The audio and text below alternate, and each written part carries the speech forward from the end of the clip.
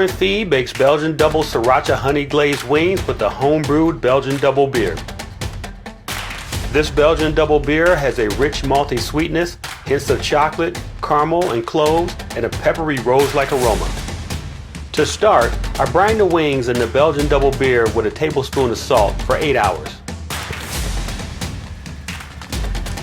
Next, I made my own sauce using Sriracha chili sauce, apple cider vinegar, cornstarch, honey, fresh garlic, green onions, and ginger.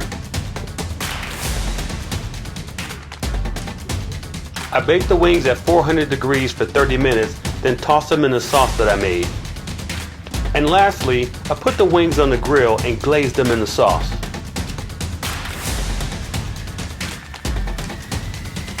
These wings came out much better than I expected.